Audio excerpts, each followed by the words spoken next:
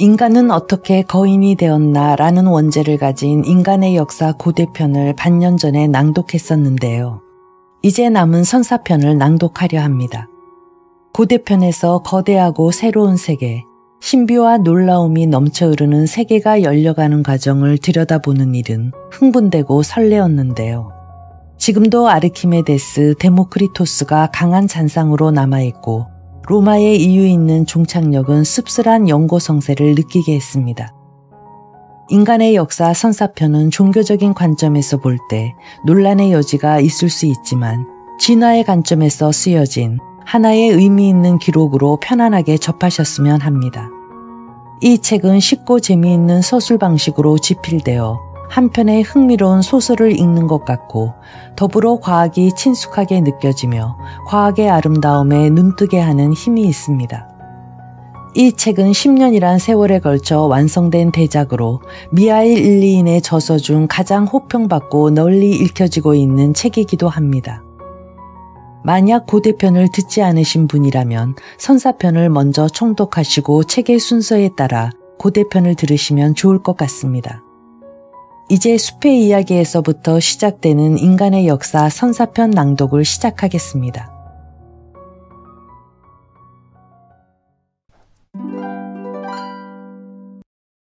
인간의 역사 선사편 1. 보이지 않는 우리. 그 옛날 인간은 거인처럼 힘센 존재가 아니라 한낱 난장이와 같은 보잘것없는 동물에 지나지 않았다. 그때의 인간은 자연의 지배자가 아니라 자연에 무조건 복종하는 노예였을 뿐이다. 인간은 자연 앞에서 숲속에 사는 짐승이나 하늘을 나는 새처럼 너무나 미약한 존재로서 조그만 자유밖에 지니지 못했다. 그러나 짐승이나 새들이 자유롭지 못하다는 말은 진실인가? 나뭇가지 위를 자유롭게 옮겨다니는 다람쥐는 숲속에서 자유롭게 살고 있는 것이 아니라 어떤 우리 속에 갇혀 있다는 말인가? 자작나무를 열심히 쪼고 있는 딱따구리는 그 자작나무에 사슬로 묶여져 있다는 말인가? 그것은 믿을 수 없는 일이다. 아무도 아직 딱따구리가 사슬에 묶이고 다람쥐가 우리 속에 갇혀 있는 것을 본 적이 없지 않은가? 물론 그 누구도 본 적이 없다. 아니, 처음부터 볼 수가 없었던 것이다. 왜냐하면 그것은 눈에 보이지 않는 우리이며 사슬이기 때문이다. 마찬가지로 인간도 이 같은 보이지 않는 우리 속에 보이지 않는 사슬로 묶여져 있었던 때가 있었다. 그러므로 인간이 어떻게 그 사슬을 끊고 우리에서 빠져나올 수 있었는지를 우리가 알고자 한다면 먼저 숲속으로 들어가 의지를 속박당한 채 자유롭지 못한 생활을 하고 있는 인간의 동족들을 살펴보지 않으면 안 된다. 그것이 바로 인간의 역사를 말하는 이 책이 먼저 숲속의 이야기에서부터 시작되는 이유인 것이다. 새처럼 자유롭다는 말이 있다. 그러나 딱따구리가 정말 자유롭다고 말할 수 있을까? 만약 딱따구리가 자유로운 새라면 어디로든 마음대로 날아갈 수 있으며 원하는 곳에서 살 수도 있을 것이다. 그러나 실상은 그렇지 못하다. 딱따구리를 광대한 벌판으로 날려보내보라. 틀림없이 죽고 말 것이다. 왜냐하면 딱따구리는 나무가 없는 벌판에서는 살 수가 없는 새이기 때문이다. 다람쥐의 경우도 끊을 수 없는 보이지 않는 사슬로 나무에 묶여져 있는 것과 다름이 없다. 그렇다면 다른 새들, 예를 들면 전나무 열매를 쪼아 먹는 잣새류는 어떠한가? 이 새도 딱따구리와 마찬가지로 숲속에서만 살아갈 수 있다. 뿐만 아니라 딱따구리보다 더 자유롭지 못하다. 어떤 숲에서나 살 수 있는 것이 아니라 다만 전나무 숲으로 제한되기 때문이다. 이 새의 가장 가까운 종류인 소나무 열매를 쪼아 먹는 솔잣새류 역시 살아갈 수 있는 곳은 소나무 숲속뿐이요 다른 숲에서는 생존이 불가능하다. 다시 말해 전나무 숲에서 사는 잣새는 눈에 보이지 않는 새장 속에 갇혀 있는 것과 같아서 결코 그 새장 밖으로는 날아갈 수 없는 것이다. 소나무 열매를 쪼아 먹는 솔잣새 역시 어떠한 경우에도 소나무 숲을 떠나지 못하는 만큼 마치 사방이 눈에 보이지 않는 벽으로 둘러싸인 곳에서 살아가는 것과 마찬가지이다. 경사진 침엽수 숲에서는 여러분은 또 앞의 것과는 전혀 다른 이름의 표차를 발견하게 될 것이다. 속독새, 방울새, 커다란 잡색 딱따구리, 딱새, 깨꼬리, 꽁. 또 자작나무 숲에도 전나무와 소나무 숲에서는 찾아볼 수 없는 동물들이 갇혀 있다. 예를 들면 자작나무 산새이다. 이 새는 이름으로 이미 그 주소를 짐작할 수 있듯이 자작나무 숲에서만 살아갈 수 있다. 숲이란 숲은 모두 제각기 하나의 우리이다. 그런데 이것은 또 몇 개인가의 크고 작은 우리로 나뉘어져 있다. 어떤 숲이든 큰 집처럼 여러 층으로 나뉘어져 있다고 말할 수 있다. 2층 집에 숲도 있고 3층 집, 7층 집에 숲까지 있다. 소나무 숲은 2층 집이지만 3층 집일 때도 있다. 그 1층에는 이끼 또는 풀, 2층에는 관목, 3층에는 소나무가 자라 있다. 떡갈나무 숲은 7층 집으로 되어 있다. 맨 위에 7층에는 떡갈나무, 물풀의 나무, 단풍나무, 참피나무 따위의 줄기가 하늘을 찌르고 있다. 그것들의 무성한 가지는 숲의 여름에는 녹색, 가을에는 다양한 색상으로 물든 지붕을 형성한다. 그 아래쪽에 떡갈나무 허리께에는 마가목, 야생능금, 배나무의 가지가 뻗어 있다. 그것이 6층이다. 그리고 5층에는 호두, 모가나무, 향나무 따위의 관목이 우거져 있다. 관목의 아래쪽에는 갖가지 색깔의 풀과 꽃이 있는데 그것들 또한 몇 층으로 나뉘어져 있다. 그것의 맨 위쪽에는 둥근 잎사리가 자라고 있는데 이것이 숲의 4층이다.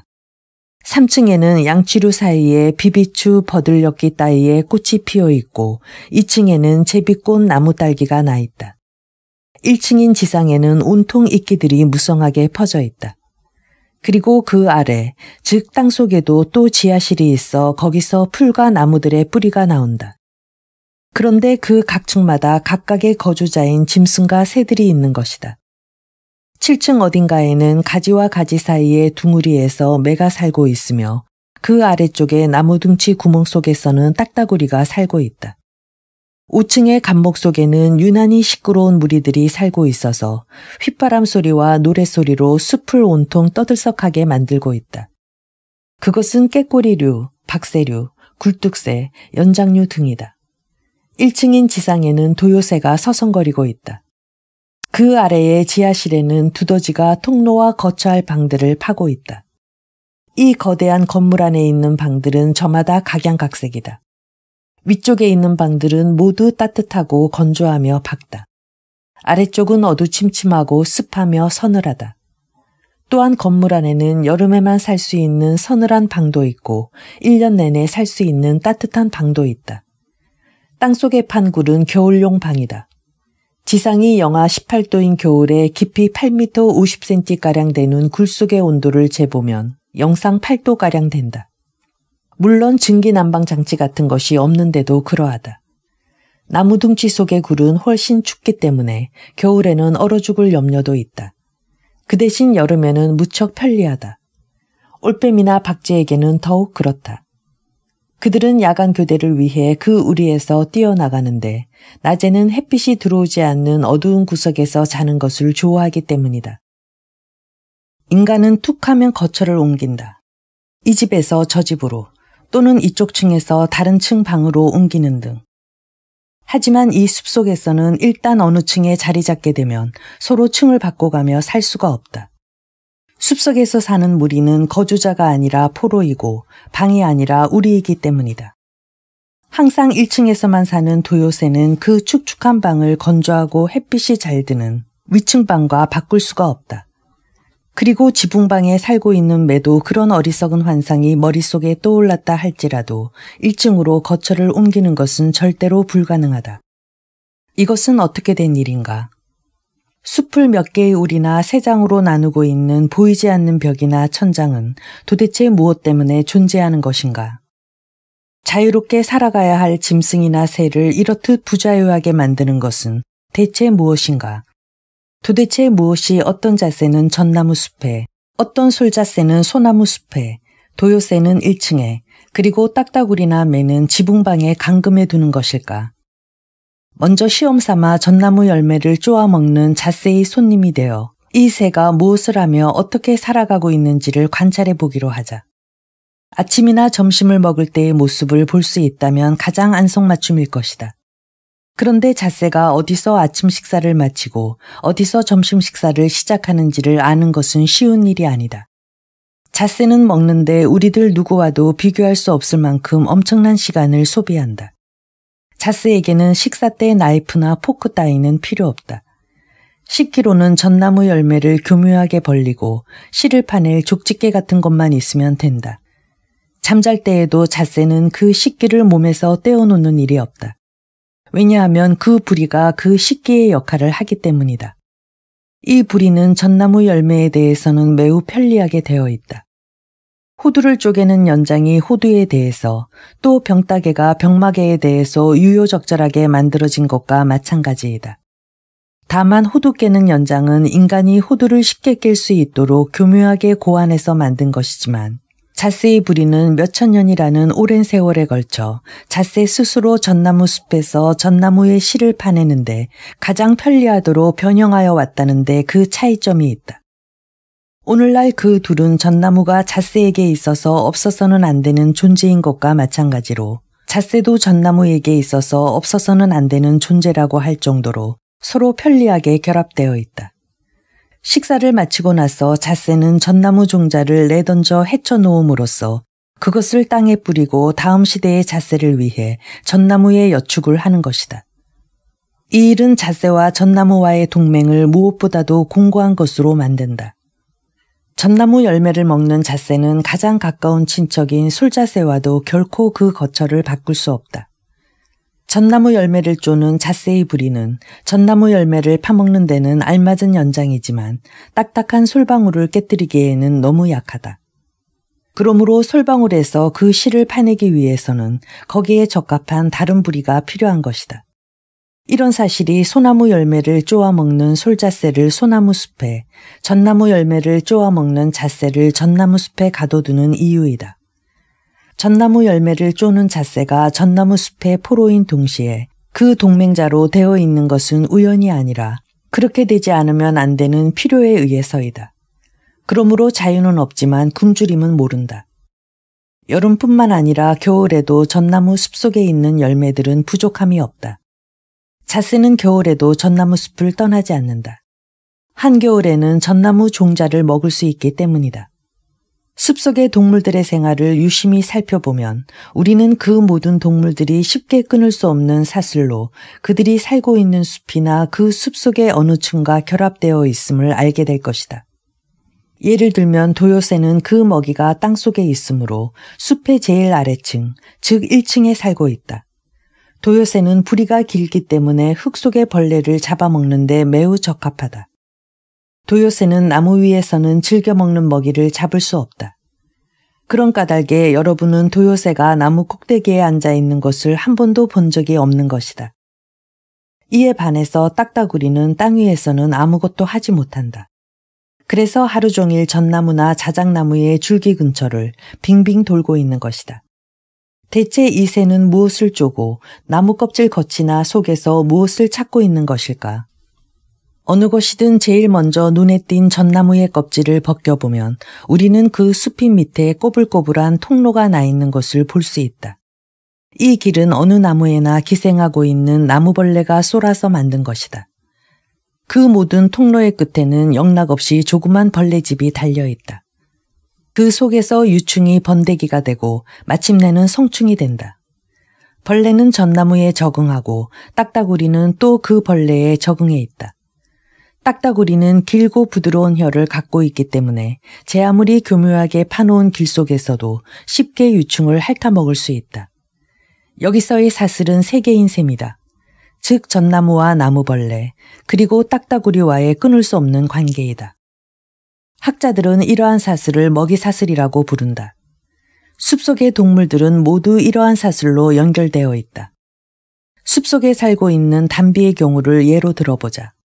이 담비는 왜 숲속에서 사는 것일까? 그것은 같은 숲속에 있는 다른 동물, 즉 다람쥐가 담비의 먹이이기 때문이다. 그렇다면 다람쥐는 왜 숲에서 살고 있는 것일까? 그것은 숲속에서만 자기가 즐겨 먹는 것을 구할 수 있기 때문이다.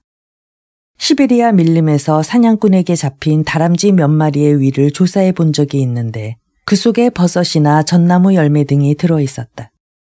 이렇게 해서 담비, 다람쥐, 버섯, 전나무 열매라는 사슬의 관계가 분명해진 셈이다. 그런데 이 사슬은 좀 더 길게 연장시킬 수 있다. 우리는 이미 담비나 다람쥐가 왜 숲에서 살고 있는지를 알고 있다. 그런데 버섯은 왜 숲속에 자생하는 것일까? 우리는 누구나 버섯을 좋아한다. 그러나 버섯은 왜 숲속에서만 나고 들이나 바닷가에서는 자라지 않을까 하는 의문을 가져본 적은 한 번도 없을 것이다. 버섯이 숲에서 자라는 것 또한 그럴 수밖에 없는 필요성 때문이다. 숲이 버섯을 키워주는 것이다. 버섯은 모든 조건이 완전하게 갖추어진 곳에서 자란다. 즉 다른 식물의 저작물로 스스로를 키우고 있는 것이다. 숲속의 대지는 썩은 풀이나 나뭇잎이나 이끼 따위에 찌꺼기가 잔뜩 쌓여 있다. 버섯은 이러한 찌꺼기를 먹고 산다. 그렇기 때문에 버섯이 자라는 데는 언제나 썩은 냄새나 곰팡이 냄새를 물씬 풍기는 것이다.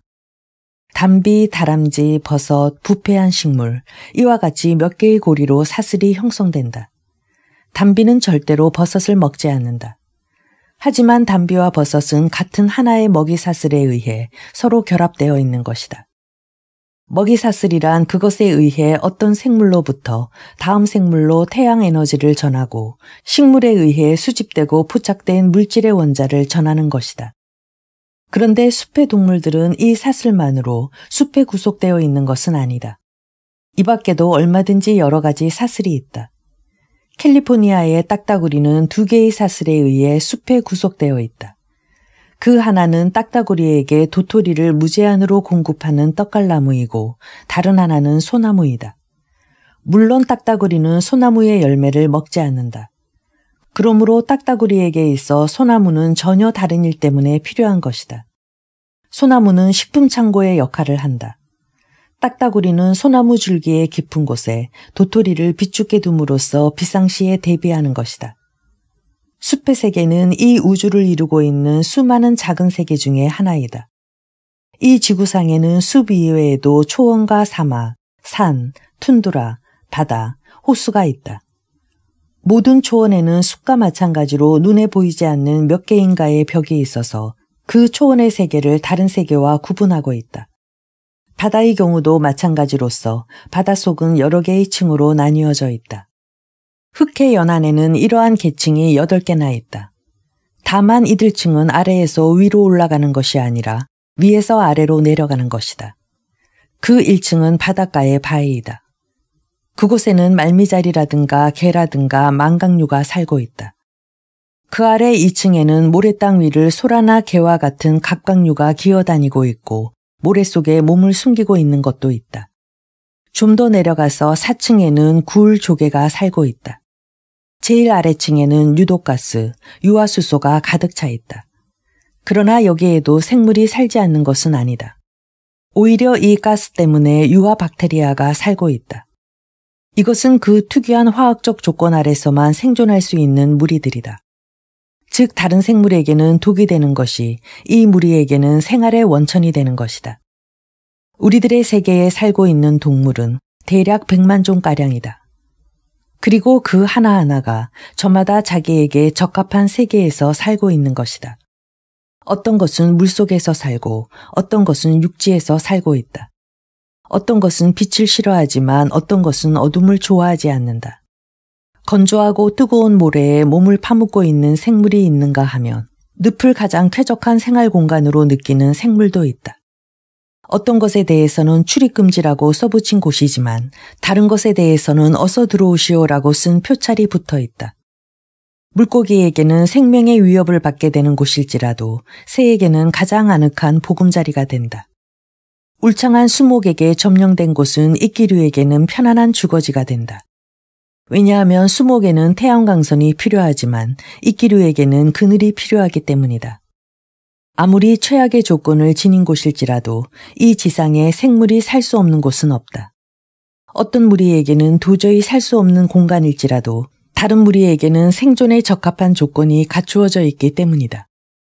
북극이나 남극에서도 적도에서도 또는 산꼭대기에서도 바다 밑에서도 어디에나 그곳이 아니면 살 곳을 발견할 수 없는 생물이 있는 것이다. 시험 삼아 백곰을 열대지방 산림 속으로 옮겨 놓아 보라. 한중막 속에 갇혀버린 것처럼 질식해버리고 말 것이다. 백곰은 벗을 수 없는 두꺼운 모피 코트를 입고 있기 때문이다. 하지만 열대지방에 사는 코끼리들은 북극지방의 얼음지대에서는 얼어 죽을 것이다. 코끼리는 한중막에서 살기에 알맞도록 벌거벗고 있기 때문이다. 이 지상에는 백곰과 코끼리가 함께 살 수 있는 장소가 단 한 군데 있다. 그곳에서는 모든 위도상의 동물을 볼 수 있다. 숲의 짐승들로부터 조금 떨어진 곳에 초원의 짐승이 있고 초원이 사는 무리와 나란히 산에 사는 짐승이 함께 살고 있다. 그곳은 바로 동물원이다. 동물원에서는 남아프리카가 오스트레일리아와 나란히 있고 오스트레일리아는 북아메리카로부터 몇 걸음 떨어진 곳에 있다. 동물들은 모든 세계로부터 동물원이라는 한 장소에 집합했다. 그러나 동물들이 자기 스스로 그곳으로 찾아온 것은 아니다. 인간이 몰고 온 것이다. 그 대신 인간은 이 살아있는 수집물들을 위해 무한한 정성을 기울인다. 모든 짐승들은 자기들의 특수한 환경 속에서 살도록 보장되어 있는 것이다. 그러므로 어느 짐승이나 그들의 세계와 비슷한 환경을 만들어주기 위해 인간은 끊임없는 보호와 주의를 기울여야 하는 것이다. 어떤 것에게는 저수조로 바다를 만들어 주어야 하고 어떤 것에게는 20평방미터 넓이의 사막을 만들어 주지 않으면 안 된다. 모든 짐승을 배불리 먹이는 동시에 서로 물어뜯거나 하지 않도록 끊임없이 주의를 기울여야 한다. 백곰에게는 목욕을 할 찬물을 공급해주고 원숭이는 따뜻하게 해주고 사자는 이따금 날고기를 먹여주고 독수리는 날개를 펼 수 있는 장소를 마련해주지 않으면 안 된다. 초원, 산림, 산악, 평야, 그 밖의 모든 장소의 모든 동물을 한 곳에 집합시켜 놓은 인간은 그것들이 죽지 않도록 인공적으로 제각기 알맞는 자연 조건을 조성해 주어야 하는 것이다. 그러면 대체 인간 자신은 어떤 동물인가? 초원성인가? 산림성인가? 산악성인가? 산림에 살고 있는 인간을 산림성 인간이라 부르고 소택지에 살고 있는 인간을 소택성 인간이라고 부를 수 있을까? 물론 그렇지 않다. 숲에서 살고 있는 인간도 초원으로 옮겨가서 살 수 있지 않은가? 수택지에서 살고 있는 인간은 건조한 지방으로 옮겨갈 기회가 생긴다면 무척 반가워할 것이다. 인간은 모든 장소에서 살고 있다. 인간이 들어갈 수 없는 장소, 인간은 출입금지라는 표차를 붙여놓을 만한 장소는 이 지상에 한 군데도 없다. 북극을 탐험한 파파닌이라는 사람과 그 일행은 9개월 동안이나 얼음 위에서 생활했다. 그러나 만약 그들이 찌는 듯한 무더운 사막을 여행하지 않으면 안 될 경우였다 하더라도 그들은 분명 그에 못지않은 성공을 거둘 수 있었을 것이다. 인간은 어디든지 자유롭게 뚫고 들어간다. 고지대나 깊은 바다 밑에도, 사하라 사막에도, 북극의 눈벌판에도, 깊은 땅 속에도, 성층권의 높은 곳에도 들어갈 수 있다. 그러나 이처럼 엄청난 능력을 지닌 인간에게도 아직 그런 힘이 없고 또 자유가 거의 없었던 시대가 있었던 것을 간과해서는 안 된다. 지금 떡갈나무나 물풀의 나무, 노도밤나무 등이 무성하게 늘어서 있는 곳에 몇백만 년 전에는 전혀 다른 숲이 들어서 있었다. 그 숲에는 지금과는 전혀 다른 나무나 풀이 자랐으며 다른 동물들이 살고 있었다. 그러한 숲에는 자작나무, 보리수, 단풍나무가 월계수나 목련나무와 나란히 서 있었다. 호두나무 옆에 포도나 머루동굴이 무성하고 느티나무나 수양보들 근처에 장내나 용연향나무가 꽃을 피우고 있었다. 떡갈나무도 거대한 미속 옆에서는 어린애처럼 보일 정도였다. 만약 현대의 살림을 빌딩에 비유한다면 이 아득한 옛날의 숲은 단순한 빌딩 정도가 아니라 진짜 마천루라고 하지 않을 수 없다. 마천루 위쪽은 환하고 시끄러웠다. 눈부시게 아름다운 커다란 꽃들 사이를 날개 빛깔도 각양각색인 새들이 지저귀며 날아다니고 있었다. 원숭이가 나뭇가지를 흔들며 이 나무에서 저 나무로 옮겨다니고 있었다. 그런데 여기 한때의 원숭이가 마치 다리를 건너가듯이 나뭇가지를 타고 건너다니고 있다. 어미 원숭이는 가슴에 품고 있는 새끼 원숭이의 입에 제 이빨로 부드럽게 씹어 이긴 과일이나 호두를 넣어주고 있다. 조금 자란 새끼 원숭이들은 어미 원숭이의 다리에 매달려 있다. 대장인 듯한 나이든 털복숭이 원숭이 한 마리가 민첩하게 나무 둥치 위쪽으로 기어 올라가자 다른 원숭이들이 정신없이 그 뒤를 따른다. 그런데 이것은 대체 어떤 종류의 원숭이인가? 이것은 현대의 어떤 동물원에서도 찾아볼 수 없는 종류의 원숭이이다. 이것은 침팬지나 고릴라 종족의 일종이다. 바로 이 종족으로부터 인간이 생겨난 것이다. 우리는 이제 비로소 산림성에 우리의 조상과 만난 것이다. 우리의 조상은 딱따구리 등속과 마찬가지로 숲의 위쪽에서 살고 있었다. 과거의 인류는 수십 미터 높이의 나무를 교량이나 회랑이나 발코니에서처럼 건너 뛰어다니고 있었던 것이다. 숲은 그들의 집이었다. 밤에는 줄기에서 갈라져 나온 가지에 자잘한 나뭇가지를 엮어서 만든 둥우리에서 휴식을 취했다. 숲은 또한 그들의 요새이기도 했다. 숲의 높은 곳에서는 그들이 가장 두려워하는 마하로이드의 범이라는 고대범의 단검처럼 긴 이빨로부터 보호받을 수 있었기 때문이다. 숲은 그들의 창고이기도 했다. 그들은 높은 나뭇가지 사이에 과일이나 호두 같은 식량을 비축해 두었다. 그러나 숲의 위층에서 살기 위해서는 손쉽게 가지에 매달리고 나무 줄기를 따라 다름박질하고 이 나무에서 저 나무로 건너뛰고 과일을 따거나 단단한 열매를 깨뜨리고 호두를 능숙하게 깰 수 있는 능력이 있어야 한다. 즉 무엇이든 힘껏 거머쥘 수 있는 손가락과 날카로운 눈, 억센 이빨 등을 갖고 있지 않으면 안 되었다. 우리의 조상은 하나가 아니라 세 개의 사슬에 의해 숲에 구속되어 있었다. 단순히 숲이 아니라 숲의 위층에 구속되어 있었던 것이다. 그러면 인간은 어떻게 그러한 사슬을 끊어버릴 수 있었을까? 어떻게 이 숲의 동물이 자기의 우리로부터 빠져나올 수 있었을까? 어떻게 숲의 세계 밖으로 뛰쳐나가는 모험을 감행하게 되었을까? 2. 인간과 그 친척. 옛날 작가들은 한 인간의 일생이나 모험을 자세히 이야기하고자 할 때 제1장에서 주인공의 여러 일가 친척에 대해서 상세히 독자에게 소개하는 것이 보통이다. 두서너 페이지를 읽어 내려가면 독자는 주인공의 조모가 아직 젊었을 때 어떤 의상을 입었었는지 또는 그 어머니가 결혼 첫날 밤에 어떤 꿈을 꾸었었는지를 알게 된다. 그리고 주인공의 이가 언제 처음 낳는지에 대해서, 태어나 처음 입 밖에 낸 말에 대해서, 처음으로 걸음마를 한 데 대해서, 맨 처음 장난질에 대해서 자세히 이야기해 나간다. 10장쯤이 되면 주인공은 학교에 입학하고 제2권의 끝 무렵에는 사랑에 빠지고 제3권에서는 모든 어려움을 극복하고 결혼한다. 그리고 그 이야기는 이미 머리가 하얗게 센 주인공과 그 아내가 뺨이 능금같이 불구스레한 손자가 처음으로 걸음마하는 것을 흐뭇하게 바라보고 있다는 식의 에필로그로 끝나게 마련이다. 이 책에서도 우리는 역시 인간의 일생과 모험에 대해서 이야기하고자 한다. 존경할 만한 옛 작가들을 본떠서 우리도 우리의 주인공의 아득히 먼 조상에 대해서 또 그 가까운 친척에 대해서 이야기하고자 한다. 주인공이 처음에 이 세상에 어디에서 나타났는가에 대해서 어떤 모습으로 걷고 이야기하고 생각하고 생활해 나갔는가에 대해서 그 생존 경쟁에 대해서 그 슬픔과 기쁨에 대해서 그 승리나 패배에 대해서 이야기하고자 한다. 그러나 이때 우리가 인정하지 않으면 안 될 것은 처음부터 매우 큰 난간에 부닥치리라는 사실이다. 우리 주인공의 조모의 일을, 즉 우리 종족의 조상인 할머니에 대한 이야기를 어떤 식으로 시작해야 하는가? 그 조모는 이미 까마득히 먼 옛날에 이 세상에서 사라지지 않았는가? 물론 그 초상 같은 것도 남아있지 않다. 거론할 필요조차 없는 일이지만 원숭이들은 그림을 그릴 줄 모르기 때문이다. 그러므로 앞에서 말한 조상과 만날 수 있는 장소는 오직 박물관뿐이다. 그런데 그 박물관에서도 우리의 조상을 완전하게 볼 수는 없다.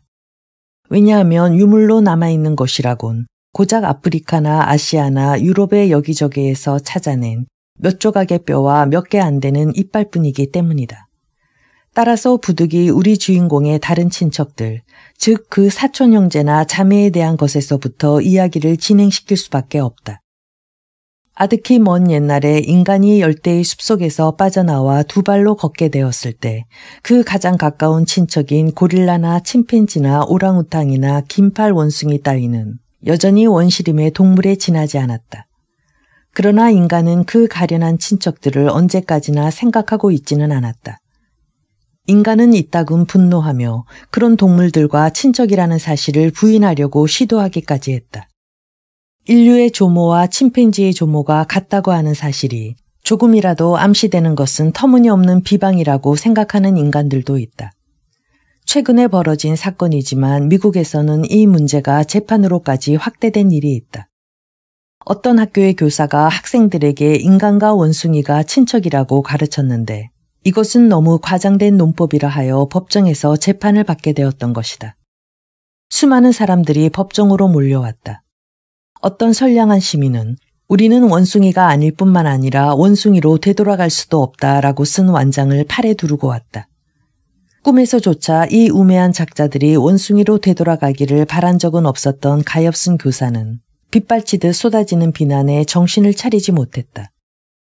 재판관의 준엄한 신문에 대답하면서 교사는 분명 이렇게 생각했을 것이다. 혹시 재판관이 미친 것이 아닐까? 구구단과 같이 명백한 사실을 놓고 이렇게 붕괴하고 비난하다니. 법정은 규칙대로 소송 절차를 진행시켰다.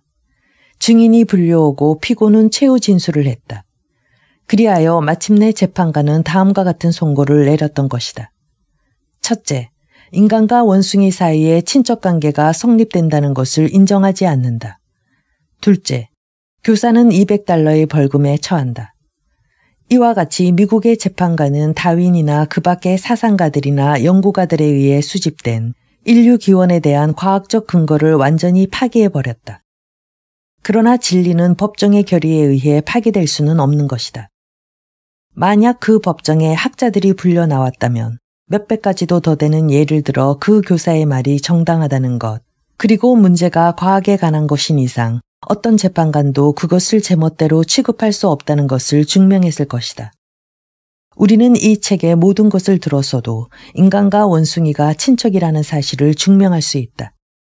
아니, 그 모든 학문적 고찰이나 증명이 없다 하더라도 침팬지나 오랑우탕과 1시간 정도만 같이 지내보면 누구나 쉽게 인간과 원숭이의 동물적인 유사점을 발견할 수 있을 것이다. 몇 년 전의 일인데 레닌그라드 근처 콜투이시 마을에 있는 유명한 이반 페트로비치 파블로프 박사의 연구소에 침팬지 2마리가 도착했다.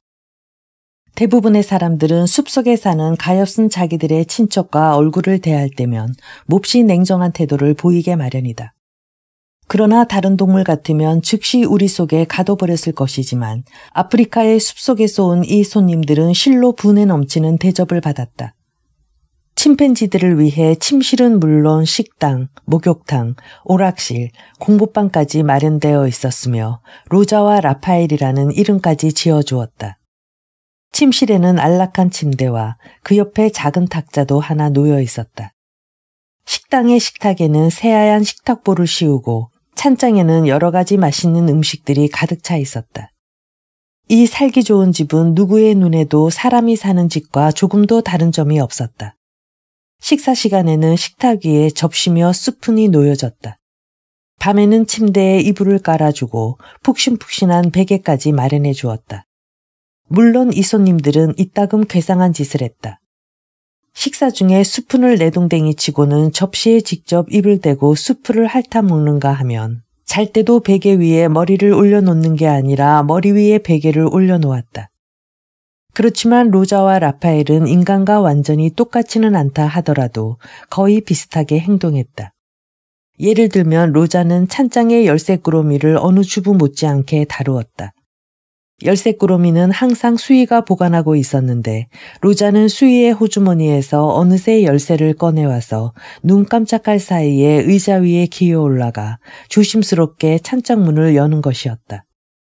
찬장 속에 살구며 먹음직스러운 포도송이가 잔뜩 들어있었기 때문이다. 한편 라파엘은 로자보다 더 영리했다. 그가 공부하고 있는 광경을 여러분에게 보여주지 못하는 것이 유감이다. 어느 날 그에게 시험 삼아 살구를 담은 바구니와 크기가 각각 다른 집짓기 나무를 주워 보았다. 집짓기 나무라고는 해도 아이들이 가지고 노는 것보다는 훨씬 큰 나무 토막이었다. 제일 큰 것은 의자 높이만큼 되었고 제일 작은 것도 10cm 정도는 되었다. 살구가 들어있는 바구니는 천장에 매달아 놓았다. 어떻게 하면 이 살구 바구니에 손을 뻗어 살구를 꺼내 먹을 수 있느냐 하는 것이 라파엘이 풀어야 할 문제였다. 처음 얼마 동안 라파엘은 좀처럼 이 문제를 풀 수 없었다. 숲속에서 살고 있었을 때 과일을 따기 위해 자주 나무 위로 기어 올라가곤 했지만 지금은 과일이 나뭇가지에 열려 있는 것이 아니라 공중에 매달려 있는 것이다. 더구나 여기에는 집짓기용 나무 토막 외에는 올라갈 만한 것이 없었다. 그런데 제일 큰 나무 토막 위에 올라가도 살구에는 손이 닿지 않았다. 라파엘은 이것저것 나무 토막을 만지작거리는 동안 문득 나무 토막 위에 다른 나무 토막을 포개면 살구에 훨씬 가까이 접근할 수 있다는 사실을 알아냈다.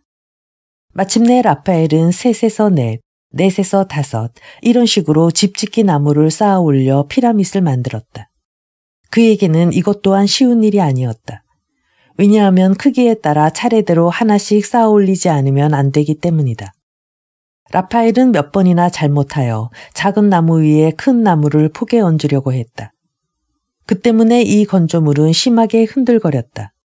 어느 순간 피라밋은 라파엘과 함께 무너져 내릴 것 같았다. 그러나 그런 사태까지 발생하지는 않았다. 라파엘은 날쌔기로 유명한 원숭이가 아닌가. 마침내 문제는 해결되었다.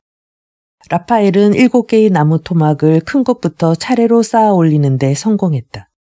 마치 그 집짓기 나무에 쉬어있는 번호를 읽기라도 한 것 같이. 그는 흔들리는 피라밋 위에 올라가서 살구를 꺼내 맛있게 먹어치웠다. 이렇게 인간처럼 행동할 수 있는 동물이 또 어디 있는가? 비교적 영리한 개도 나무 토막을 쌓아 피라밋을 만들지는 못한다. 라파엘이 하는 짓을 보면 인간과 너무도 비슷하다. 집짓기 나무를 집어 어깨에 메고 한쪽 손으로 받치고는 피라밋 쪽으로 운반한다. 그런데 그 집짓기 나무의 크기가 달라 일이 쉽게 진행되지 않는다. 그러면 라파엘은 다시 그 집짓기 나무를 내려놓고 무엇을 생각하듯 그 위에 걸터 앉는가 하면 한숨을 길게 내쉬고 다시 일을 시작하는데 그런 모습이 정말 사람과 조금도 다르지 않다. 그렇다면 침팬지를 인간처럼 걷고 말하고 생각하고 일하도록 교육시킬 수는 없을까? 실제로 유명한 동물 조련사인 베일 둘로프는 그런 꿈을 가지고 있었다. 그는 귀여워하는 미무스라는 침팬지를 가르치기 위해 엄청난 노력을 기울였다. 미무스는 머리가 좋은 침팬지였다. 냅킨을 두르고 의자에 똑바로 앉아서 식탁보에 흘리지 않고 스푼으로 수프를 떠먹을 수 있었고 썰매를 타고 산에서 미끄러져 내려올 수도 있었다. 그러나 역시 미무스를 인간으로 만들 수는 없었다. 사실 이것은 당연한 일이다. 침팬지의 몸은 인간과는 같지 않기 때문이다. 손발도, 두뇌도, 혀도 모두 다른 것이다. 시험 삼아 침팬지의 입속을 들여다보라. 다만 그때 침팬지가 마구 물어뜯을 수도 있으므로 주의해야 한다. 여러분은 침팬지의 입이 매우 좁아서 그 안에서는 혀가 자유롭게 움직일 수 없다는 것을 알 수 있을 것이다. 입속이 좁다는 것은 차치하고라도 커다란 이빨이 혀의 움직임을 방해한다. 혀를 자유롭게 움직이지 못하면 말을 할 수 없다. 말을 할 때 인간의 혀는 상당히 복잡한 운동을 하게끔 되어 있다. 둥글게 꼬부라지기도 하고 미묘하게 떨리기도 하고 입천장에 붙었다가 목구멍에서 목소리가 나오는 것을 방해하지 않도록 뒤로 처지기도 하고 그 반대로 이빨에 의지하여 앞으로 내밀 수도 있다. 요컨대 어떤 모양으로 움직여도 방해받지 않을 만큼 충분한 장소가 있는 것이다. 그런데 침팬지의 입속은 매우 좁다. 침팬지의 손 또한 인간처럼 움직일 수 없게 되어 있다. 침팬지의 엄지손가락은 새끼손가락보다 작고 인간의 엄지손가락처럼 다른 4개의 손가락과 떨어져 있지 않다. 그런데 인간의 엄지손가락은 다른 어느 손가락보다 중요한 구실을 하는 것이다. 그것은 다른 손가락과 떨어져 마음대로 움직일 수 있으며 전보와 함께 움직일 수도 있다. 그렇기 때문에 인간의 손은 어떠한 도구라도 마음대로 다룰 수 있는 것이다. 침팬지의 손은 인간의 발을 연상케 하고 그 발은 손을 연상케 한다. 침팬지는 나무에서 과일을 따려고 할 때 대체로 그 손으로 나뭇가지를 붙잡고 발로 딴다. 땅 위를 걸을 때는 둥글게 구부린 손가락에 의지한다. 다시 말해서 자주 그 발을 손처럼 사용하고 그 손을 발처럼 사용하는 것이다. 만약 인간의 손과 발이 그 역할을 서로 바꾼다면 지금처럼 여러 가지 일을 해낼 수 있었을까? 그런데 현아 손발의 구조 외에도 침팬지를 인간으로 교육시키기 위해 정성을 기울이고 있는 조수조련사들이 완전히 잊고 있는 또 하나 매우 중요한 사실이 있다. 침팬지의 뇌수는 인간의 뇌수와 비교할 때 부피도 훨씬 작으며 구조의 복잡성도 전혀 다르다는 사실을 조련사들은 간과하고 있는 것이다. 원숭이가 인간으로 진화하기까지는 몇십만 년이라는 엄청나게 긴 세월이 필요했다. 이 이유만으로도 침팬지에게 인간과 같이 생각하도록 가르칠 수는 없다. 인간의 뇌수의 작용을 연구해온 이반 페트로비치 파블로프 박사는 비상한 흥미를 가지고 손님으로 온 로자와 라파엘이 어떤 행동을 하는가를 유심히 관찰했다. 그들을 연구하기 위해 몇 시간, 아니 며칠 동안 함께 지낸 적도 있었다고 한다. 그러나 그들이 하는 짓은 정말 어처구니 없고 혼란스러웠다. 그들은 어떤 일을 시작했는가 하면 금방 또 다른 일을 시작하는 것이었다. 라파엘은 잠옷 진지한 얼굴로 열심히 피라밋을 만들고 있다. 그런데 문득 공 쪽으로 시선이 쏠리면 집짓기는 내동댕이 쳐버리고 털투성이 긴 손으로 공을 던지기 시작한다. 그러나 다시 공은 까맣게 잊어버리고 라파엘은 방바닥에 앉아있는 파리에게 주의를 기울인다. 침팬지의 뒤죽박죽인 형편없는 행동을 관찰하면서 파블로프는 몇 번이나 이렇게 중얼거렸다. 엉망진창이군.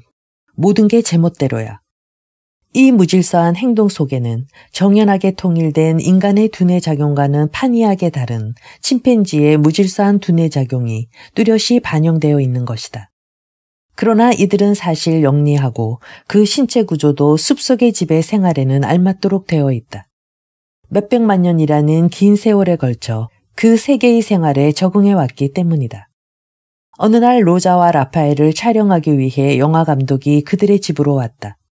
감독이 미리 짜놓은 각본에 따라 그들을 잠시 밖에다 풀어놓지 않으면 안 되었다. 그런데 자유의 몸이 되자 그들은 곧 나무에 기어 올라가더니 나뭇가지에 매달려 기분 좋게 그네를 타기 시작했다. 그들에겐 훌륭한 설비를 갖춘 더할 나위 없이 쾌적한 방보다는 역시 나무 위가 훨씬 좋았던 것이다. 고향인 아프리카에서 침팬지는 숲의 높은 층에 살고 있다. 나뭇가지 사이에 그 보금자리를 만든다. 적을 피하여 나무 위로 기어오르고 거기에서 먹을 것, 즉 과일이나 호두를 찾아내는 것이다. 나무에는 대단히 잘 적응되어 있으므로 평평한 지상에서 생활하는 것보다는 수직의 나무줄기를 타는 편이 훨씬 수월하다. 그러므로 여러분은 숲이 없는 곳에서는 절대로 침팬지를 발견하지 못하는 것이다. 어떤 학자가 침팬지들이 그 고향에서는 어떻게 생활하고 있는가를 관찰하기 위해 서부 아프리카로 떠났다. 그 학자는 침팬지 10마리가량을 생포하여 그들에게 완전히 제 집에 있는 것과 똑같은 느낌을 주기 위해 숲속의 농장 근처에 풀어놓았다. 그러나 도망치지 못하도록 눈에 보이지 않는 울타리를 쳐놓았다. 그 울타리는 단 2가지 연장, 즉 도끼와 톱으로 만든 것이었다. 학자의 지시에 따라 나무꾼들은 숲의 일부만 남겨놓고 그 둘레의 나무를 모조리 베어버렸다. 그래서 그 장소는 훤히 트인 평원 속에 있는 숲의 외딴섬처럼 보였다.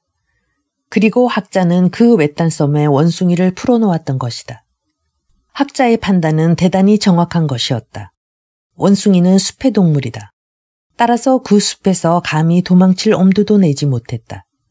백곰이 사막에서 살 수 없듯이 원숭이는 나무 없는 들판에서는 살 수 없기 때문이다. 그런데 이렇듯 침팬지는 숲에서 벗어나려 하지 않는데 그 친척벌인 우리 인간은 어떻게 그것을 감행할 수 있었을까? 숲속에 살고 있던 우리 조상이 우리 속에서 빠져나온 것은 하루아침에 이루어진 일이 아니다. 그들은 숲속에서 초원으로 나무가 없는 평원으로 빠져나올 수 있을 만큼 자유롭게 되기까지는 몇십만 년이라는 긴 세월이 필요했다. 나무 위에서 살던 동물이 숲에 묶여있는 사슬을 잘라버리기 위해서는 무엇보다도 먼저 나무에서 내려와 땅 위를 걷는 법을 터득하지 않으면 안 되었다. 오늘날에 있어서도 인간이 처음으로 걷는 법을 익힌다는 것은 좀처럼 쉬운 일이 아니다.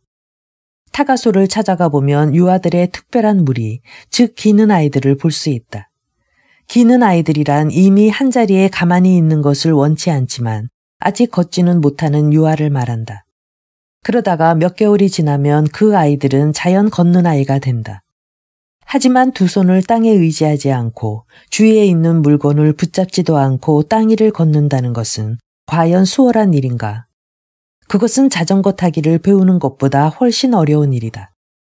유아들이 걷기를 익히는 데는 불과 몇 달이 걸리지만 우리 조상은 그것 때문에 수천 년의 세월이 필요했던 것이다. 사실 우리의 조상은 아직 나무 위에서 살고 있었을 때에도 이따금 지상에 내려오곤 했다. 그때 양손을 땅 위에 대지 않고 가끔 침팬지가 하듯이 뒷발로 두 서너 걸음 떼어놓을 수 있었다. 그러나 두 서너 걸음을 떼어놓는 것과 50보 또는 100보를 걷는다는 것은 완전히 다른 문제다. 그렇게 할 수 있게 되기까지는 오랜 시간에 걸쳐 끊임없는 연습이 필요하다. 물론 우리 조상이 4발 달린 짐승의 상태에 머물러 있으려고 했으면 그럴 수 있었다. 그러나 그렇게 했더라면 결코 인간은 될 수 없었을 것이다. 양손으로 대지를 짚고 걷는다는 것은 인간에게 있어서 무척 불편한 일이었다. 왜냐하면 양손은 다른 일을 하는데 필요했기 때문이다. 우리의 조상은 아직 나무 위에서 살고 있었을 때에도 두 손을 발과 구별하여 사용하는 방법을 터득하고 있었다. 즉 손으로 열매와 호두를 따고 손으로 나무줄기 사이에 보금자리를 만들었던 것이다. 그런데 호두를 딸 수 있는 손은 돌이나 막대기를 움켜잡을 수도 있었던 것이다. 그리고 돌이나 막대기를 움켜잡은 손은 같은 손이라도 좀 더 길어지고 좀 더 강해진 손이었다. 돌을 쥐면 이빨로 깨뜨릴 수 없는 단단한 호두 껍질을 깰 수 있고 막대기를 쥐면 땅속에 뻗어있는 뿌리를 캐낼 수 있었다. 이리하여 점차 우리의 조상은 이전과는 다른 먹이를 먹게 되었다. 그것은 작은 새나 땅콩, 두더지 같은 것들이었다. 처음에는 다만 흉년이 들어 먹을 것이 부족할 때, 즉 숲속이나 주위 사방이 온통 원숭이 떼에게 쑥밭이 되었을 때에만 그런 먹이를 찾았다. 그러나 그러한 진귀한 먹이에 익숙해짐에 따라 그것을 얻기 위해 지상으로 내려오는 일이 점차 빈번해지게 되었다. 그들은 떼를 지어 지상에 내려와 막대기로 나무 뿌리를 파헤치기도 하고 돌로 오래된 나무 그루터기를 치고 두들기기도 하여 그 속에서 곤충의 유충을 구했다. 그런데 손을 자유롭게 움직이기 위해서는 그것을 다른 일, 즉 걷는 일에서 해방시켜주지 않으면 안 되었다. 손이 여러 가지 일로 바빠지면 바빠질수록 발은 더욱더 스스로 혼자 걸어야 할 필요성이 커졌던 것이다. 이처럼 손은 발로 하여금 걸음을 익히지 않을 수 없도록 움직여 나갔고 발은 손이 다른 일을 할 수 있도록 해방시켜 주었다. 그리하여 이 지상에 뒷발로만 걸어다니고 앞발로 이런저런 일을 다 하는 이전에는 볼 수 없었던 새로운 생물이 나타났던 것이다. 언뜻 보기에 이 생물은 여전히 다른 짐승과 다를 것이 없었으나 만약 여러분이 돌이나 막대기를 다루는 그 생물을 주의 깊게 본다면 아, 이것은 인간과 거의 흡사한 짐승이구나 라고 즉시 말할 것이다. 문제는 다만 인간이 연장을 쓰는 법을 깨달았다는 데 있다. 다른 짐승은 연장이라는 것을 소유하지 못했다. 땅쥐나 두더지가 땅을 팔 때에는 자기 발로 하지 삽을 쓰지 않는다. 쥐가 나무를 갉아먹거나 쏠 때에는 자기 이빨로 하지 주머니 칼을 쓰지 않는다. 딱따구리가 나무 껍질을 쫄 때도 자기 부리로 하지 끌을 쓰지는 않는다. 우리 조상은 끌과 같은 부리, 삽과 같은 발, 주머니 칼과 같은 날카로운 앞니는 갖고 있지 않았다. 그러나 어떤 앞니나 부리보다 좋은 것을 가지고 있었다. 우리의 조상은 손이라는 것을 가지고 있었다. 손은 지상에서 앞니와 같은 역할을 하는 돌도 발톱과 같은 역할을 하는 막대기도 마음대로 집어 올릴 수 있었다. 이상과 같은 일이 벌어지고 있는 동안에 지상의 기후는 서서히 변해갔다. 북쪽의 얼음이 제자리에서 이동하여 남쪽으로 미끄러져 내려갔고 산기슭은 두꺼운 눈으로 뒤덮였다. 우리의 조상이 살고 있던 숲은 밤이 되면 기온이 내려갔고 겨울에는 더욱 추워졌다. 아직은 따뜻한 편이었으나 이미 덥다고는 할 수 없는 형편이었다. 언덕의 북쪽 경사면에서는 어느새 상록의 목련이나 월계수 등이 자취를 감추고 그 대신 비교적 추위를 잘 견뎌내는 떡갈나무나 보리수가 자라기 시작했다. 나무들은 봄이 되면 소생하기 위해 겨울에는 온순하게 복종하고 잠시 죽은 듯한 모습을 보여주었다. 오늘날에도 연안층에서는 어느 시대엔가 범람한 강물을 타고 떠내려온 고대의 떡갈나무나 보리수 잎사귀의 화석이 발견되고 있다. 무화과나 포도나무는 매서운 바람을 피해 남쪽 경사면이나 저지대로 옮겨갔다. 그리고 거기 살고 있던 것들은 더욱더 남쪽으로 물러갔다. 코끼리의 조상인 마스토돈도 사라졌다. 칼처럼 날카로운 이빨을 가진 마하이로드 범도 어느새 자취를 감추었다. 전에는 나무들이 빽빽하게 들어차 있던 숲도 어느새 밝은 평원이 되어버렸고 거기에는 커다란 사슴이나 콧불소가 풀을 뜯게 되었다. 원숭이 종족들 중에는 어떤 것은 다른 곳으로 이동했고 어떤 것은 멸종되었다. 다만 인간이 되려고 한 원숭이만이 새로운 숲속의 생활에 적응할 수 있었다. 그러나 그것은 결코 쉬운 일은 아니었다. 숲속의 먹이는 날이 갈수록 적어졌다. 포도도 적어졌고 무화과 나무를 찾는 것도 차츰 어려워졌다. 숲속을 돌아다니는 일조차 이미 전처럼 쉬운 일은 아니었다. 나무들이 드문드문 서 있는 까닭에 한 나무의 군집으로부터 다른 나무의 군집으로 가기 위해서는 땅 위를 달리지 않으면 안 되었다. 그런데 나무 위에서 생활해온 무리에게 있어 땅 위를 걸어 달린다는 것은 쉬운 일이 아니었다. 우물쭈물하고 있다가는 재빠른 맹수의 밥이 되기 십상이었다. 그러나 달리 어떻게 할 도리가 없었다. 굶주림이 우리의 조상을 나무 위에서 지상으로 밀어내렸던 것이다. 우리의 조상은 더욱 자주 나무에서 내려와 땅 위를 돌아다니고 전에는 어떤 원숭이도 입에 대지 않았던 먹이를 찾지 않으면 안 되었다. 그렇다면 오랫동안 살아온 보금자리를 모든 것이 자기들에게 적합했던 숲의 세계를 떠난다는 것은 짐승에게 있어 무엇을 의미하는 것일까? 그것은 숲의 규칙을 깨뜨린다는 것을 의미한다. 그 짐승을 본래의 장소에 묶어놓았던 사슬을 끊는 것을 의미한다. 어떤 다람쥐가 숲에서 초원으로 옮겨가야만 하는 경우를 상상해보라. 초원에서는 전나무 열매나 버섯이 아니라 풀을 먹이로 삼지 않으면 안 된다. 그러기 위해서는 거기에 알맞는 다른 이빨이 필요할 것이다. 또한 초원에서는 맹수를 피하기 위해 구덩이를 파지 않으면 안 된다. 그러면 그 일을 위해 지금과는 다른 발톱이 필요하게 된다. 숲에서는 나무에서 나무로 천천히 내려오기 위해 필요했던 눈에 잘 띄는 그 꼬리가 사방이 훤히 트인 초원에서는 방해물이 될 뿐만 아니라 오히려 신상의 화를 초래하는 것으로 여겨질 것이다. 펄럭이는 새빨간 깃발 같은 그 꼬리는 다람쥐를 배신하여 자기 몸을 송두리째 적의 손에 넘겨주고야 말 것이다. 그러므로 다람쥐는 초원으로 나가기 전에 낙하산 같은 역할을 하는 꼬리와 작별하고 땅쥐나 들쥐 같은 발톱이나 이빨을 얻지 않으면 안 된다. 다시 말해서 다람쥐일 것을 포기할 수밖에 없는 것이다. 전나무 열매를 쪼아 먹는 잣새의 경우를 다시 한번 생각해보자. 이 잣새는 떡갈나무 숲으로 생활의 터전을 옮겨 도토리를 먹고 살 수 있을까? 솔방울을 까먹기에는 매우 편리한 그 부리도 도토리를 깨물어 먹기에는 너무나 불편할 뿐이다. 그러므로 잣새가 다른 숲으로 옮겨가서 다른 먹이를 먹기 위해서는 무엇보다도 먼저 그 부리를 고쳐 만들지 않으면 안 된다. 물론 짐승이나 새들은 변해간다. 이 세상에서 변해가지 않는 것은 하나도 없다. 그러나 무엇이 변해간다는 일은 결코 쉽고 간단한 일은 아닌 것이다. 모든 동물의 새끼는 그 부모들과 비교하여 지극히 조금만 변해 있을 뿐이다. 전의 것과 전혀 닮지 않은 새로운 종족이 생기기 위해서는 몇천 년, 몇만 년이라는 세월이 필요한 것이다. 그런데 우리의 조상들의 경우는 어떠한가?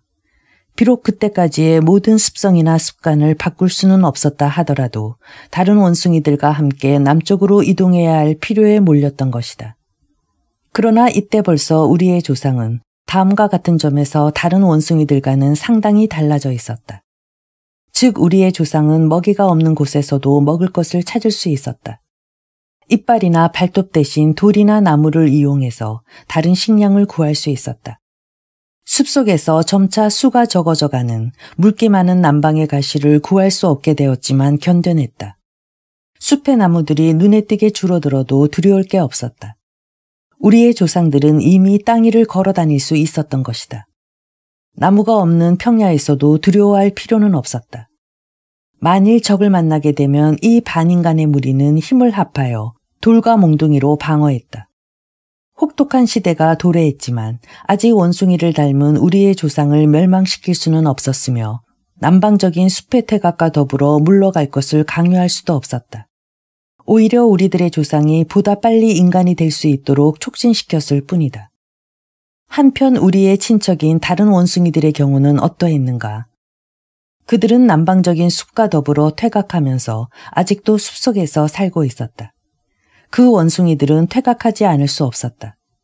우리의 조상에 비해 그 발달에 있어서도 뒤지고 연장도 사용하지 못했기 때문이다. 그중 가장 영리한 것들은 여전히 숲의 위층에서 생활하며 더욱 교묘하게 나무를 기어오르는 재주만 연마했다. 인간이 되는 대신에, 즉 손으로 일하고 발로 걸어다니는 법을 터득하는 대신에 그 원숭이들은 더욱더 원숭이다운 원숭이가 되어갔다. 다시 말해서 나무 위의 생활에 더욱더 적응해갔다. 오늘날 침팬지들이 하듯이 앞발뿐만 아니라 뒷발로도 나뭇가지를 휘어잡고 앞발에 몸을 의지하면서 걷는 것을 익혔다. 벌써 이것만으로도 그 원숭이들은 인간이 될 수 없었던 것이다. 인간의 손은 다른 일을 하기 위해 자유롭게 움직일 수 있어야 하기 때문이다.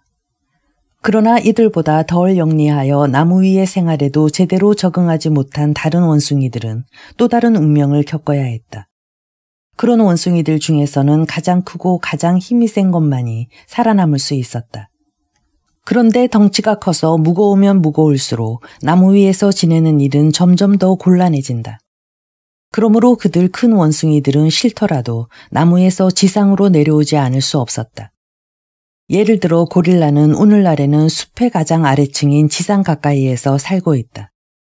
그리고 돌이나 몽둥이가 아니라 크고 강한 어금니로 적으로부터 스스로를 보호하고 있는 것이다. 그리하여 인간과 그 친척들은 각각 다른 길을 걷게 되었다. 인간은 어떤 친척보다도 앞으로 전진해 갔다. 걷고 일하는 것을 터득한 것은 소용없는 일은 아니었다. 인간이 하루아침에 두 다리로 걷는 일에 익숙해진 것은 아니다. 아마 처음 얼마 동안은 위태롭게 보일 만큼 뒤뚱거렸을 것이다. 그 무렵의 인간은, 아니 좀 더 정확하게 말하면 원인은 어떤 모습을 하고 있었을까? 물론 그것은 본래의 모습으로는 이미 어디에도 남아있지 않다. 벌써 오래전에 인간이 되어버렸기 때문이다. 그러나 이 지상의 어딘가에 뼈라도 남아있지 않을까? 그 뼈만 찾아낸다면 인간이 원숭이로부터 생겨났다는 사실이 결정적으로 밝혀지는 것이다. 그리고 원인은 원숭이와 인간을 이어주는 사슬의 고리가 아닌가. 그런데 이 고리는 하천의 침전층, 즉 진흙과 모래와의 지층이나 강바닥 속에 흔적도 없이 묻혀버리고 말았다. 고고학자는 땅을 파면 된다는 것을 알고 있다. 그러나 땅을 파기 전에 어디를 파야 하는지, 사라져버린 고리를 어디서 찾아야 하는지를 결정하지 않으면 안 된다. 지구 위를 빠짐없이 뒤진다는 것은 결코 쉬운 일이 아니다. 땅 속에서 고대 인간의 흔적을 찾는 것은 어쩌면 모래 속에서 잃어버린 바늘을 찾는 것보다 훨씬 힘든 일일지도 모른다. 16세기 말에 헤켈이라는 유명한 인류학자는 원인, 즉 학술어로 말하면 피테칸트로푸스의 뼈를 남아시아에서 찾아낼 수 있을지도 모른다고 하는 추정을 발표했다. 그리고 헤켈은 피테칸트로푸스의 뼈가 남아있으리라고 생각되는 장소를 지도상에서 정확하게 지적해 보이기까지 했다. 그곳은 순다 열도였다. 이와 같은 헤켈의 생각을 세상 사람들은 그다지 신뢰하려 들지 않았다. 그러나 그것이 옳다는 강한 신념을 갖고 가상적인 피테칸트로푸스의 가상적인 뼈를 찾기 위해 모든 일을 접어둔 채 순다 열도를 탐험하기로 결심한 사람이 나타났던 것이다. 그것은 암스테르담 대학에서 해부학 강의를 맡고 있던 에우게니 디보아 박사였다. 그의 많은 동료들은 머리를 흔들며 올바른 사고력을 지닌 인간이라면 결코 그런 짓은 하지 않을 것이라고 단언했다. 그들은 모두 훌륭한 인격의 소유자로서 그들의 몸에 익은 유일한 여행이라면 매일 손에 우산을 들고 평화로운 암스텔담의 거리를 집에서 학교로, 학교에서 집으로 왕복하는 일뿐이었던 것이다. 디보아 박사는 이 용감한 계획을 실천에 옮기기 위해 대학을 사직하고 군대에 들어갔다. 그는 네덜란드 군대의 군의관 자격을 얻어 암스텔담을 떠나 머나먼 수마트라 섬을 향해 출발했다. 수마트라에 도착하자마자 디보아 박사는 대단한 열성을 가지고 본격적으로 일을 시작했다. 박사의 지시에 따라 인부들은 그 지방의 산들을 종횡으로 파헤쳤다. 한 달이 지났다. 2달이 지나고 석 달이 지났다. 그러나 피테칸트로푸스의 뼈는 발견되지 않았다. 무엇이든 잃어버린 것을 찾을 때는 적어도 그 물건이 어디쯤에 있는가는 대강 짐작이 가는 법이다. 그러나 피테칸트로푸스의 경우는 그렇지가 않았다. 그것은 단지 하나의 가상에 불과했을 뿐 그 피테칸트로푸스의 뼈가 실제로 존재한다는 것에 대해서 무슨 확실한 증거가 있는 것도 아니었다. 그러나 디보아 박사는 불굴의 투지로서 그 탐색을 계속했다. 그러는 동안에 1년, 2년, 3년이 지나갔다. 그러나 잃어버린 사슬의 고리는 여전히 발견되지 않았다. 다른 사람이라면 벌써 오래전에 이 효과 없는 탐색을 중단했을 것이다. 물론 이따금 디보아 박사도 시리에 빠질 때가 있었다. 그는 수마트라의 늪 근처나 열대지방을 배회하면서 참기 힘든 우울증에 빠져 자주 암스텔담의 조용한 개천가에 있는 옛 자기 집이라든가 튤립이 활짝 핀 아늑하고 상쾌한 정원이라든가 연구실의 깨끗한 방 등을 그려보았다. 그러나 디보아 박사는 한번 계획한 일을 중도에 그만두는 그런 사람이 아니었다. 수마트라에서 피테칸트로푸스의 뼈가 나오지 않자 그는 순다 열도의 다른 섬, 즉 자바섬에서 다시 발굴 작업을 계속하기로 했다. 그리하여 마침내 그곳에서 박사에게 행운이 찾아들었다. 박사는 솔로 강변에서 피테칸트로푸스의 이빨 2개와 대퇴골과 두개골을 발견했던 것이다. 디보아 박사는 이 인간의 조상을 관찰하고 아직 입수하지 못한 부위의 골격을 상상으로 그려내려고 고심하면서 자기 앞에 있는 뒤로 미끄러져 내려가듯이 깎인 낮은 이마와 그 아래 눈이 움푹 들어간 굵은 눈썹 위에 나타난 반월형의 선을 보았다. 그것은 인간이라기보다는 원숭이의 얼굴과 훨씬 더 비슷했다. 그러나 디보아 박사는 두개골의 내부를 보고 피테칸트로푸스는 원숭이보다 지능이 발달했었다는 것을 확신했다. 그 뇌의 부피는 인간과 가장 많이 닮은 원숭이보다 훨씬 컸기 때문이다. 두개골과 2개의 이빨과 대퇴골만으로는 아무래도 충분한 자료가 될 수 없었다. 하지만 그것들만으로 연구를 계속한 결과 디보아 박사는 많은 것들을 추정할 수 있었다. 대퇴골과 그 위에 보일랑 말랑 남아있는 근육의 흔적을 조사하면서 그는 피테칸트로푸스는 이미 2발로 걸을 줄 알았으나 아직 기어다니는 것도 잊고 있지는 않았다고 결론지었다. 그리하여 디보아 박사는 자기 조상들의 모습을 머릿속에서 쉽게 상상할 수 있었다. 즉 그것은 엉거주춤 무릎을 구부리고 긴 팔을 늘어뜨린 채 숲속을 흔들흔들 걷고 있는 생물의 모습이었다. 경사진 눈썹 밑의 눈은 아래쪽만 내려다보고 있었다. 아마도 먹이를 찾는 것이리라. 이것은 이미 원숭이가 아니었다. 그러나 아직은 인간도 아니었다. 디보아 박사는 자신이 발견한 것의 장명자가 되어 그것을 서서 걷는 원인이란 뜻의 피테칸트로푸스 에렉투스라고 이름 붙여주었다. 그것은 이미 원숭이보다 꼿꼿이 서서 걷고 있지 않은가. 목적이 달성된 듯이 보였다. 피테칸트로푸스는 찾아냈다. 그러나 오히려 이때부터 디보아 박사에게는 가장 고통스러운 나날이 시작되었던 것이다. 두꺼운 지층을 파는 것은 인간의 미신이나 편견의 두꺼운 층을 타파하는 것보다 쉬운 일이었다. 디보아 박사는 인간이 원숭이로부터 생겨났다는 것을 결사적으로 부인하는 사람들에게서 맹렬한 공격을 받았다. 프로코트를 입거나 가사를 걸친 고고학자들은 디보아가 발견한 두개골은 긴팔 원숭이의 것이고 또한 그 대퇴골은 현재의 인간의 것이라는 주장을 펼쳤다. 디부아 박사의 반대자들은 이렇게 하여 원인을 원숭이와 인간을 합한 듯한 존재로 간주하려고 하면서도 그래도 아직 완전히 마음이 놓이지는 않는 모양이었다. 그들은 디부아 박사가 발견한 생물이 그런 고대의 것이라는 사실을 의심하기 시작했다. 그리하여 발견된 뼈는 몇십만 년은커녕 불과 얼마 안 되는 세월밖에 경과하지 않은 지층에 속한 것이라고 주장했다. 요컨대 피테칸트로푸스를 도로 땅속에 묻고 전처럼 흙을 덮어버림으로써 말끔히 잊게 하려고 온갖 짓을 감행했던 것이다. 디부아 박사는 반대자들과 용감하게 싸웠다. 그의 발견이 과학적으로 얼마나 중요한 것인가를 이해하고 있던 사람들은 모두 그를 지지했다. 디부아 박사는 반대자들의 주장에 대해 피테칸트로푸스의 두개골은 결코 긴팔 원숭이의 것이 아니다. 긴팔 원숭이는 이마에 흠이 없지만 피테칸트로푸스에게는 있다고 말했다. 그러나 온갖 반대를 완전히 물리치기 위해서는 무엇보다도 피테칸트로푸스의 골격의 전부를 찾는 일이 필요했다. 솔로 강변의 탐색은 계속되었다. 그리하여 5년 동안 그 지방에 살고 있었던 고대 동물의 뼈가 300상자나 유럽으로 운송되었다. 그 뼈를 분류하고 연구하는 일이 시작되었다. 그러나 오랜 기간에 걸친 조사 끝에 몇천 개의 뼈 중에서 피테칸트로푸스의 뼈라고 추정되는 것은 고작 3개가 발견되었을 뿐이다. 그것은 모두 요골 부위의 뼈였다. 다시 몇 년이 흘렀지만 피테칸트로푸스는 여전히 베일 속에 가려져 있었다.